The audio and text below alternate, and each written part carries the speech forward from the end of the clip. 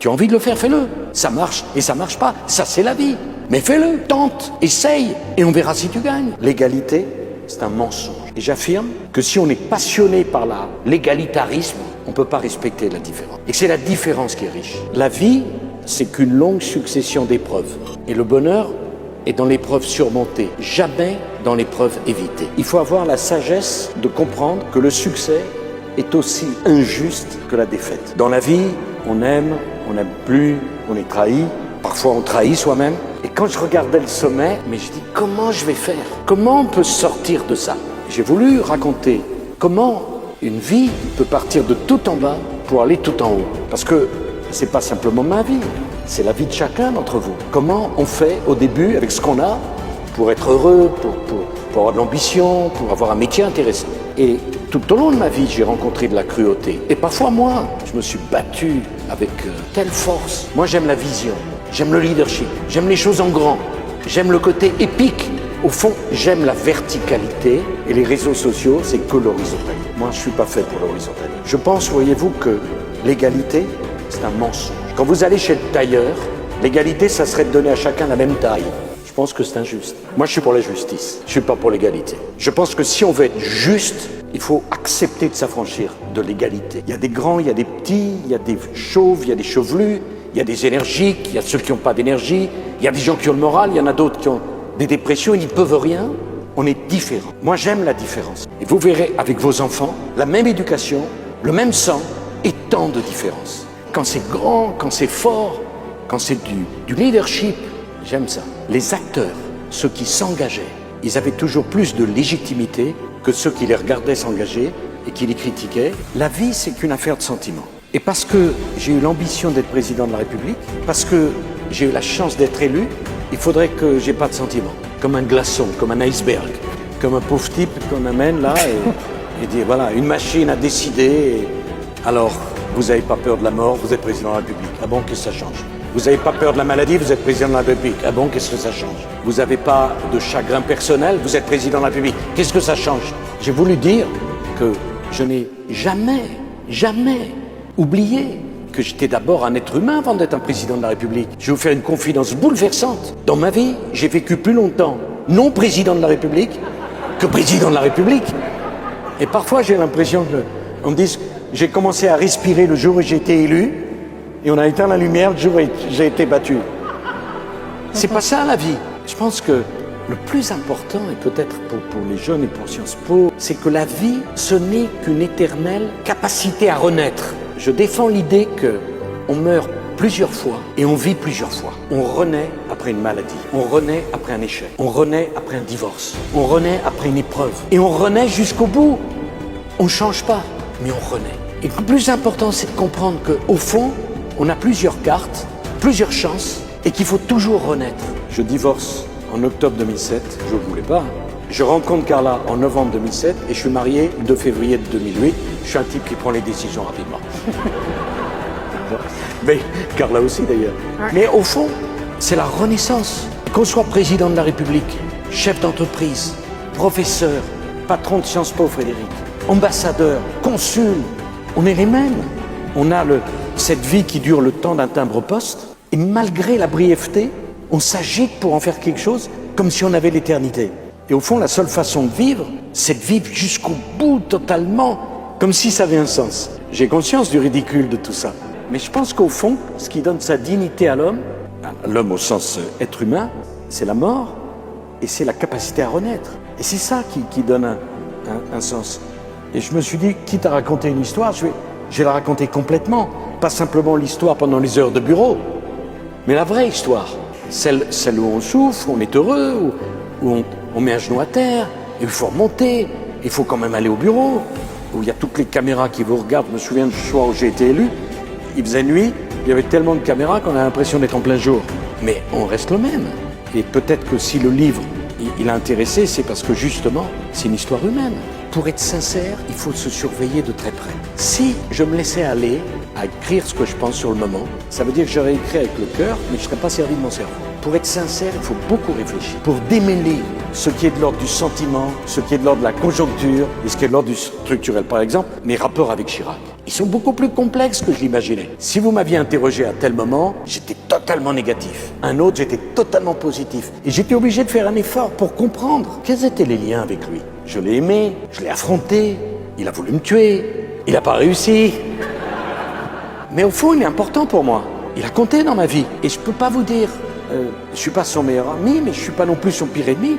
J'ai voulu l'épater, au fond, le jeune. Et les sentiments sont plus complexes qu'on l'imagine. Et peut-être vous l'avez-vous vu, j'essaye de faire quelque chose qui n'est pas caricatural. Moi-même, je fais l'effort de comprendre derrière les grands moments qu'on a eu ensemble et les grands moments où on s'est battu, elle est où la vérité? Et vous apercevrez que les sentiments de chacun d'entre nous, ils sont parfois contradictoires. Ils ne sont pas noirs et blancs. Vous savez, c'est cette merveilleuse chanson d'Aznavour qui parle d'un couple qui se sépare et qui écrit « Et ses premiers mots de haine qui sont les derniers mots d'amour ». Parce que les sentiments. Donc ça m'a pris du temps pour enlever ce qui était inutile. Et donc si je me permets de vous reprendre, Oui. il n'y a aucun règlement de compte. Parce que si j'avais voulu régler des comptes, j'aurais pas fait comme ça. Vous auriez fait comment? Ça m'intéresse. Il y a quand même 19 mentions de François Hollande. Vous l'avez appelé discours toi. C'est plutôt flatteur. Et vous savez, quand on monte en haut de l'arbre le plus haut de la forêt et qu'il y a du vent, il ne faut pas s'étonner que ça souffle plus haut là-haut que tout en bas. Si on veut pas ça, on reste tout en bas. Le succès se paye. Dans la vie, au fond, rien n'est gratuit. Et il y a toujours un moment où vous avez une nouvelle chance où on vous fait payer. Et donc, moi, par exemple, quand Giscard dit « je reviens pas à l'Élysée », c'est totalement, ça m'est totalement étranger. En juillet 2017, le président Macron m'a téléphoné pour me dire « Est-ce que vous accepteriez de venir dîner avec nous à l'Élysée, Carla et vous ?» Et je dis « Oui, j'ai que des bons souvenirs. » Pourquoi c'était pas à moi? C'est pas ma propriété. Je savais parfaitement que ça durerait le temps que ça dure. D'ailleurs, qu'est-ce qui dure dans la vie? Et donc, dire « j'y reviens pas parce que j'y ai été », c'est pas moi. D'abord, vous savez, il vaut mieux avoir le moteur d'une 2 chevaux avec un réservoir plein que le moteur d'une Ferrari avec un réservoir vide. Non. Moi, mon réservoir était plein. Et après, mais j'ai un nouveau challenge. J'ai une vie dans le privé, j'ai la chance de parler à des auditoires comme ce soir. J'ai intégré les conseils d'administration de grands groupes, je suis avocat, et j'ai un emploi du temps très occupé. Le challenge pour moi de réussir dans l'activité privée, après avoir réussi dans l'activité publique, c'est un challenge formidable. C'est ôtez-vous de cette idée qu'on n'a qu'une vie et qu'il n'y a qu'un seul vecteur. Bon, si j'avais pas été élu président de la République, là j'aurais eu un manque. Mais j'ai été, donc je suis tranquille avec ça. C'est pour ça, très important de dire à vos enfants, la chose la plus importante, n'aie jamais peur de l'échec. Parce que j'ai beaucoup échoué, j'ai pu réussir. C'est parce que j'ai échoué que j'ai réussi. Et il n'y a aucun regret, aucune amertume quand on va au bout de son rêve.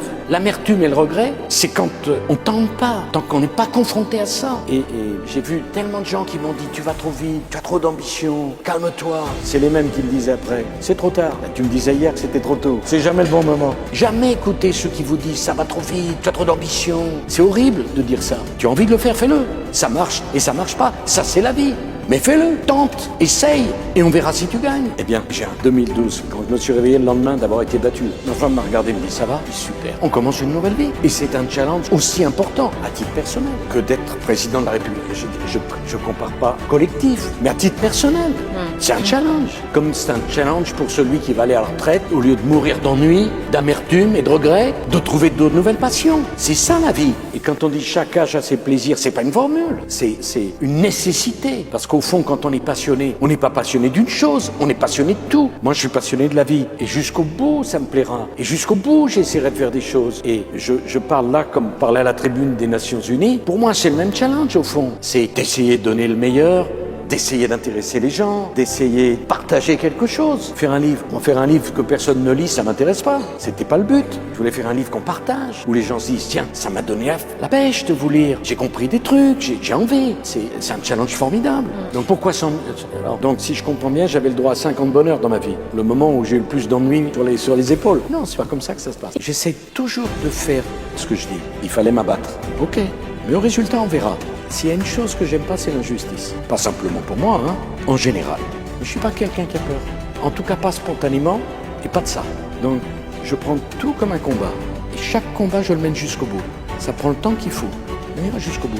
Vous dites qu'il n'y a pas de peur en ce qui concerne. Voilà, j'ai peur de tas de choses. La maladie, il n'y a pas un jeune amoureux français qui dit à sa copine, t'ai fait une surprise ce week-end, on va à Francfort. Vraiment, génial. Moi, je suis marié avec une Italienne. On peut dire tout le mal qu'on veut des Italiens. On est les mêmes, on s'aime. Florence, Rome, Venise, Sienne. OK. À la maison, dans mon enfance, je sais très bien comment mon grand-père appelait les Allemands. Et quand des gens comme De Gaulle, comme Adenauer ont fait la réconciliation franco-allemande, ça a marché et ils ont posé un acte majeur, absolument majeur. Et on n'a pas le droit de toucher à ça. L'Europe était le continent le plus sanguinaire, le plus brutal, le plus violent, pas au Moyen-Âge, au XXe siècle. Je voudrais rappeler que c'est en Europe qu'on a fait la Shoah. Je voudrais rappeler que c'est pas les Arabes, c'est les Européens. Et depuis 70 ans, 75 ans, c'est calme grâce à l'Europe. Moi, je ne serai pas d'une génération qui laissera détruire un projet européen qui nous a amené la paix. Il faut être complètement fou, complètement irresponsable pour faire le Brexit. Une folie. Je connais des tas de couples qui ont divorcé. J'en connais très peu qui se sont remis ensemble. Donc c'est très facile de se séparer. C'est très difficile de se retrouver. Et ce qui est en train de se passer est d'une gravité historique majeure. C'est pas une plaisanterie, majeure. Et la Grande-Bretagne en paiera de grandes conséquences, hélas. Et qui peut dire ici que dans 4 ou 5 ans, c'est pas l'Écosse qui fera à la Grande-Bretagne ce que la Grande-Bretagne fait aujourd'hui à l'Europe. La question majeure de la Chine, majeure, grand pays, grande civilisation, qui n'a plus de superpuissance pour contrebalancer. Et c'est le moment qu'on choisit pour perdre le deuxième moteur de la fusée européenne. Jamais je ne pourrais dire que c'est une bonne chose. Jamais.